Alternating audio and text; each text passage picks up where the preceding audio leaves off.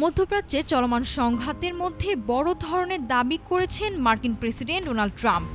তিনি বলছেন, যুদ্ধক্ষেত্রে যুক্তরাষ্ট্রের জন্য খুব ভালো খবর রয়েছে এবং ইরান প্রায় ধ্বংস হয়ে গেছে। মেরিল্যান্ডের সাংবাদিকদের সঙ্গে আলাপকালে এমন মন্তব্য করেন মার্কিন প্রেসিডেন্ট ডোনাল্ড ট্রাম্প।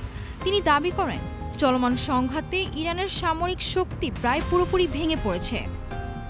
ট্রাম্পের ভাষ্য অনুযায়ী ইরানের নৌবাহিনী, বিমান বাহিনী এবং আকাশ প্রতিরক্ষা ব্যবস্থা কার্যত অকার্যকর হয়ে গেছে। যুক্তরাষ্ট্র এখন ইরানের আকাশ সীমায় প্রায় বাধাহীনভাবে অভিযান চালাতে পারছে বলেও দাবি করেন তিনি। মার্কিন প্রেসিডেন্ট জানান, এখন বিশেষ নজর দেওয়া হচ্ছে গুরুত্বপূর্ণ সমুদ্র পথগুলোর ওপর, বিশেষ করে কৌশলগতভাবে গুরুত্বপূর্ণ হরমুজ প্রণালী অঞ্চলের পরিস্থিতি পর্যবেক্ষণ করেছে যুক্তরাষ্ট্র। ট্রাম্প বলেন, চাইলে যুক্তরাষ্ট্র রাজধানী তেহরান সহ বিভিন্ন স্থানে বড় আঘাত হানতে পারে। এমনকি 1 ঘন্টার মধ্যে ইরানের বিদ্যুৎ উৎপাদন ব্যবস্থা ধ্বংস করার সক্ষমতাও রয়েছে বলে দাবি করেন তিনি।